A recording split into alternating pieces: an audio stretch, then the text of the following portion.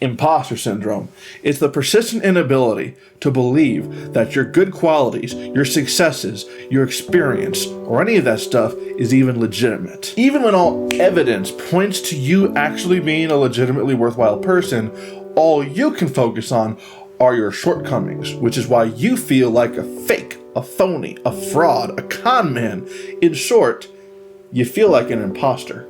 Anyone who actually thinks well of you, they're just overestimating your ability, giving you too much credit. You know who you are. You know that no matter how hard you work, no matter how diligent you really are, you're lazy on the inside. You're uninspired. You're unoriginal. And because of that, you can't celebrate any of your successes.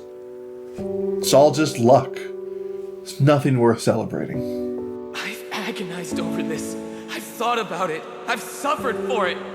And that's why I'm giving up. Does this sound familiar? Because if it does, I'm going to assume you feel, sometimes, like you're the only one you know that deals with this. When the truth is, imposter syndrome affects way more people than you may have realized. In fact, I'd say everyone deals with it to some degree. Some of us deal with it like crazy, like all the time. Some people experience it, every once in a while. But the truth is, everyone has some history with imposter syndrome. And much like our man, Subaru Natsuki, every one of your successes, everything you've done for other people, every accomplishment of yours just doesn't feel like anything worthwhile. It doesn't feel legitimate because you're aware of your own shortcomings and you feel like a burden. You feel like you're just putting on a mask and you're pretending to be someone you're not. You feel like a failure, so why pretend to actually know what you're talking about? Why even... You feel like you're lying, don't you? I want to get into this topic with you right now, but before we do that, first things first, you're watching this YouTube video, and right down below there's this little bright red button. You see it?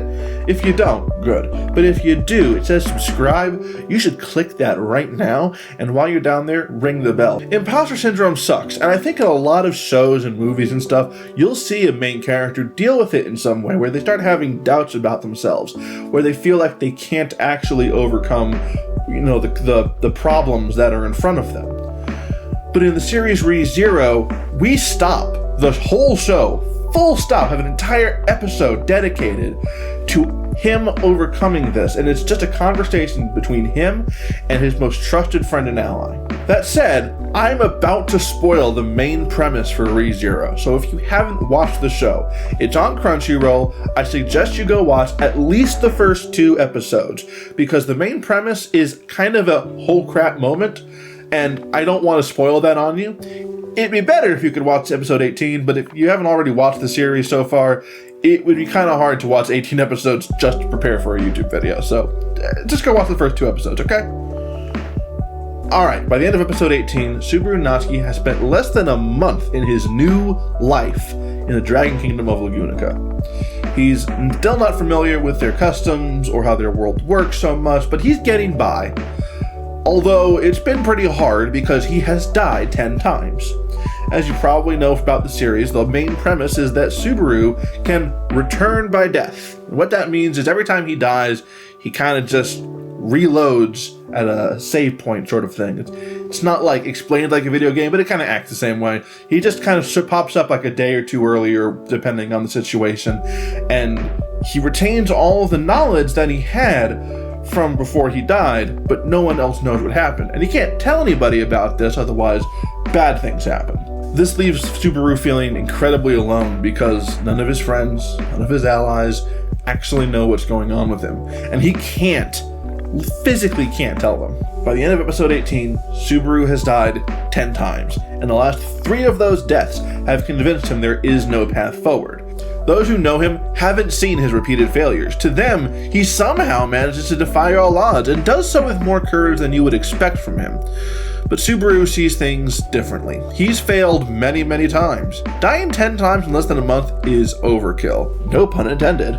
His courage is, as far as he sees it, nothing more than a result of knowing that he'll always return by death and have another chance.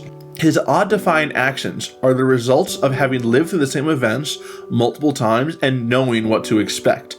And when he thinks of his life before he came to Lagunica, he can remember how he stopped going to school, how he stayed in his room and read manga all day. He didn't do anything with his life. It just makes him feel like crap. Who the hell do I think I am? So while he puts on a brave face and makes jokes and acts like a tough guy, he sees Amelia, Rem, and the others as only knowing a fake version of himself, which just makes him feel even more isolated.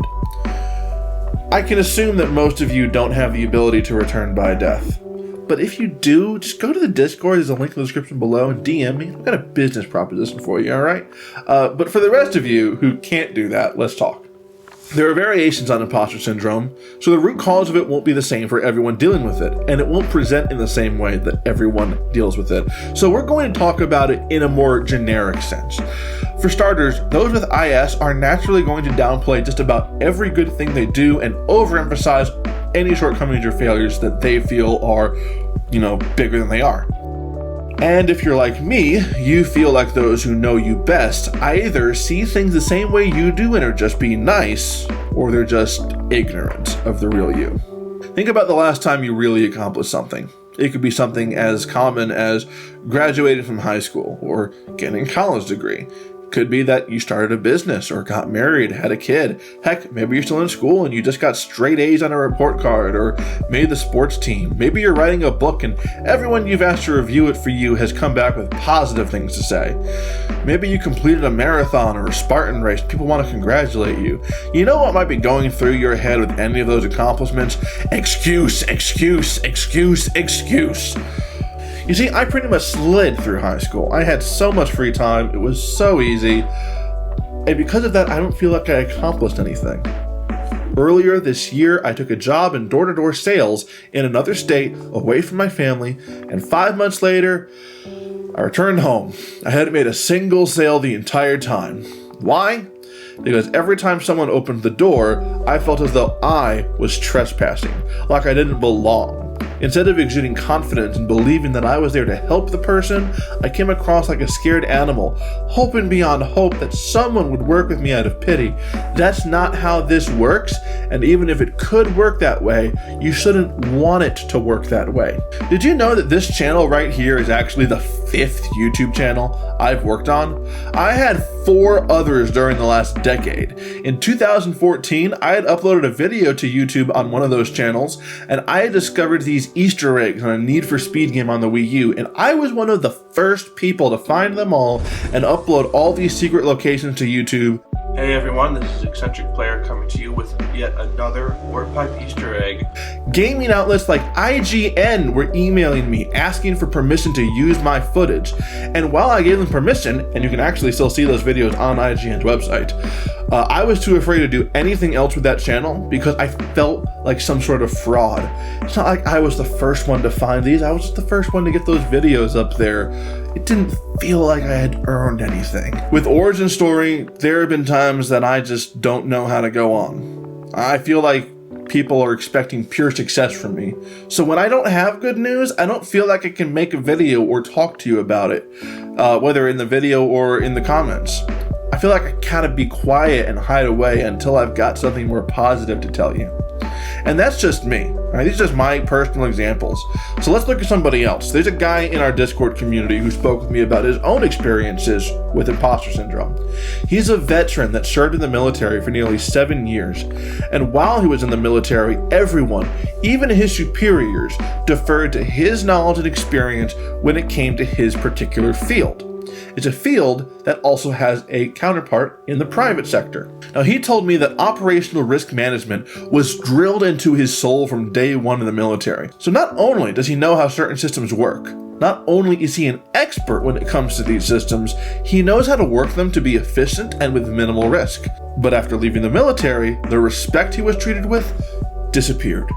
Companies didn't recognize his 6.5 years of experience as legitimate. It didn't matter that he was the most qualified for the job. And now he's a salesman. Completely different field, not what he wants to be doing, but it's all he could get. It's like he had to start life over in another world from zero. Because the military is a totally different culture. But whereas Subaru was taken from a boring life where he had earned no respect and was given the chance to start over and make something of himself, this guy here went from being in a world that respected and valued him to a world that actually owes him their thanks but instead belittles him. And that kind of thing makes him question his value and his experience. Right now, he's studying for an entrance exam for school, so he can get the experience that hiring managers are looking for. And despite knowing he's the most qualified, he's forced to ask if he really knows what he's talking about. Imagine being the most qualified person in your field, and less experienced people have the power to belittle you and make you feel like all of that experience and all of that hard work was meaningless. Damn. Back to ReZero. Subaru has been through hell multiple times at this point in the story, and he is ready to give up. He proposes running away and starting over with his most trusted friend and ally, but she isn't willing to let him do this. You see, Rem loves Subaru, even though he doesn't love her in the same way. Because he's an idiot! She still wants to help him see the person she sees him as. She tells him that she knows he wouldn't be happy if he ran away. Now remember, Subaru's coming at this from the perspective of someone who has tried several times to save the day and get through all of this, but each attempt has helped to convince him there is no way forward. And if you're like the 84% of people who don't come back to life after death, you're like me, and you don't have the power to retry things in the same manner as Subaru. But despite that, we all have the ability to look back on our past attempts at something and determine if it even makes sense to keep trying. Even if you feel like you gave up on something almost immediately, I guarantee you that you went at least through some thought process that convinced you that it wasn't reasonable or even possible. And so, Subaru tells Rem that giving up isn't easy for him. Throwing away everything he knows and all his other friends is not the easy choice. He has tried to get through this. Even though Rem doesn't remember those times that they both worked trying hard to save the day and then died, Subaru does. And he's convinced that there is no path forward. It is easy to give up. But it doesn't suit you at all. And I know it would be wrong of me to say that I understand whatever it is you've been experiencing to make you feel this way. Even so, there's something that I do know about all this. You are someone who cannot give up on something when you're halfway through. And I know for certain that you are someone who can't give up on the future, no matter what. I have heard very few people encourage me the way Rem is encouraging Subaru. My wife, top of the list. Steven has been one of those people. And what Subaru says in response to her is identical to my usual response to my wife. I'm sorry, but you're wrong. I'm not that kind of person. I'm not wrong. And Rem, God bless her little demon heart. You haven't given up on us. Not Miss Amelia, or Sister, on Lord Roswell, or Miss Beatrice, or on anyone else. That isn't who you are. But of course, Subaru has more excuses. More claims that he's weak and worthless and powerless and feeble. He insists that he has given up. There's nothing left to do but run away. But Rem tries to fight against these lies that Subaru is convinced of. And that's what this is really all about. It is being convinced of lies. Rem's insistence to fight back against these lies only angers Subaru. What do you know, huh? What the hell do you actually know about me, huh? Nothing! I'll tell you what kind of man I really am. I have no strength, but I want it all. I have no knowledge, but all I do is dream. There's nothing I can do but struggle in vain like an idiot.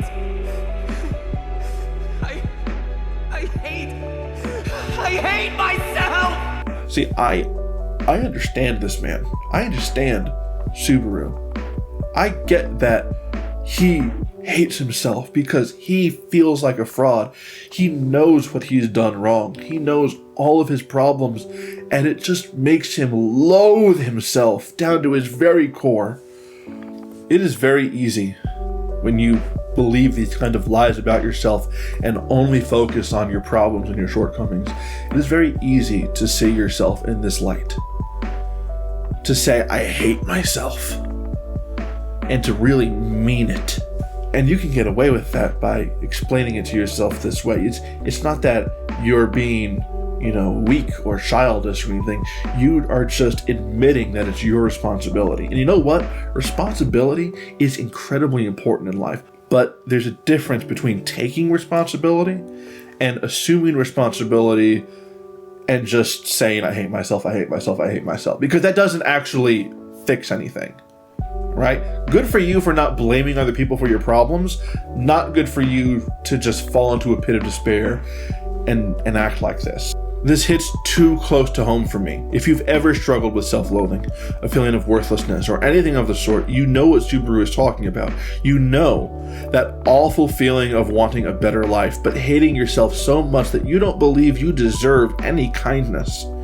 It's a horrible, wretched feeling. Subaru continues pointing out his many flaws, and this comes at an opportune time in the series because it wasn't that long ago that we saw him act like a selfish moron. He was whiny, complaining, greedy, and thoughtless of how other people felt. But here he is now, confessing to how terrible a person he is. All I do is talk a big game and make myself sound like a big shot when I can't do anything. I never do anything, and I complain with the best of them like it's my job or something. I'm an empty shell. There's nothing inside me at all. I know there isn't. Guess that's obvious. Anybody could see that. That last line there, anybody can see that. You feel like because you're hyper aware of all your shortcomings, that everyone else is hyper aware of your shortcomings. Can you imagine believing that everyone that knows you is hyper aware of all of your problems and is constantly thinking about it? And then he goes to the same place many of us go when we hate ourselves, the past. Every day that he spent doing nothing, every wasteful habit he ever indulged, they all come boiling up to the surface as evidence of how much he sucks today. I really can't do this scene justice, which is why I really hope that you do sit down and watch ReZero and see this scene in its entirety, because it is an emotional, agonizing scene to see Subaru go through this. But Rem's ability to pull him out of this pit emphasizes the importance of having an ally in your life like that. Silence falls between the two friends, as if Rem is waiting to see if he's done. Listen to me. I know that no matter how deeply you've fallen into the pit of darkness, you still have enough courage to reach out your hand. I love it when you run your hand along my hair. I feel as though we can understand each other. I love the sound of your voice. Just hearing you say, I love how much of you I see in your eyes. Normally they look so stern and serious, but I love your fingers too. For a boy, they're so... I love the way you move when you're walking. Whenever we're out walking together, I love the way you occasionally turn to make sure I'm keeping up with you and never leave me behind. When you said that you hate yourself and told me all the reasons why you feel that way, it made me want to counter those reasons and tell you all the absolutely wonderful things I know and love about you. You're just seeing what you want to see. Those things were all phony. That isn't me. I know myself better than anybody ever could. That's not true. All you know is yourself. How much do you know about the Subaru that I see? The one I was just telling you about. This whole scene, and especially that line right there, reshaped the way I think about myself and other people. You see, there's not some file on you somewhere that dictates who you really are, and anything that, differs from that is just you putting on a mask or pretending to be somebody else. There's not some true version of you that is etched in stone somewhere. People are in flux. They're always in flux. If you're worthless, then you are worthless. But that doesn't mean you're stuck like that. You can mature, you can grow, you can accumulate worth, and you can be a better person. And being a better person does not mean you are a fraud. At this point in time, Subaru has died 10 times, but in each of those new timelines, Subaru has grown and matured. He has put his neck on the line for people he barely knows, and those around him don't know, nor do they care about who he was before he came to their world. Subaru only sees the whiny, pathetic man he is inside. Rem sees a man who saved her life, who saved a village, and who taught her to smile again after a life of sadness. Choosing to embrace the worthlessness he feels is to spit on the man she sees as her hero, and she's not willing to let him insult that man. Rem crushes all of Subaru's excuses and arguments by reminding him in detail of how he saved her life, her sister's life, and made her feel like a worthwhile person for the first time in years. No matter what painful things may happen, even when it looks like you'll go down in flames, when no one else in the entire world believes in you, when you don't even believe in yourself and you think that you can't go on, I will still believe in you. The Subaru who came into my life and saved me is the hero that I will always call mine. She has proven that he's wrong. But even when we stare fact in the face, when we're so convinced of something, when it's become part of who we are, it's really hard to just give up the fight even when there is no fight left to put up. No matter what I did or how hard I tried, I couldn't manage to save anyone. I'm here. Don't you see?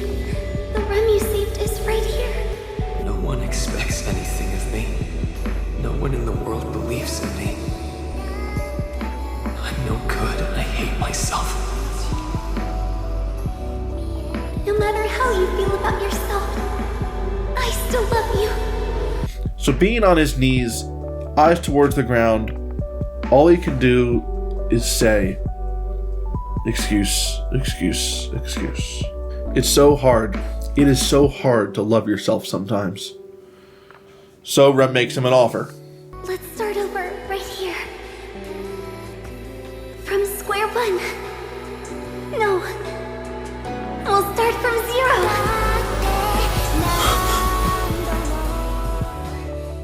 Listen, if you deal with imposter syndrome, I know what you're going through. If you deal with self-loathing or any of these things, I get it. And let me tell you that no video or anime or conversation is going to fix your problems. I'm a big believer in therapy. Don't forgo professional help if you need it. That said, the value of a friend like Rem is not to be understated. Someone who will stand by you and fight by your side is an incredible advantage. My wife is my Rem. She has had to sit down with me so many times over the course of our marriage and hear me out about what I'm going through, how I hate myself, how I feel like a fraud, and she has had to counter those arguments so many times, and I am forever indebted to her for that. Listen to me, if you try and get through this on your own, you're only hurting yourself, putting yourself at an unnecessary disadvantage. And before you start, I know the thought process of, oh, if I'm asking someone for help, I'm just being a burden to them. I don't actually deserve anybody's help. Stop it. Stop it with that nonsense. Because that's all it is. It's nonsense. You are a human being who requires help, then you deserve that help.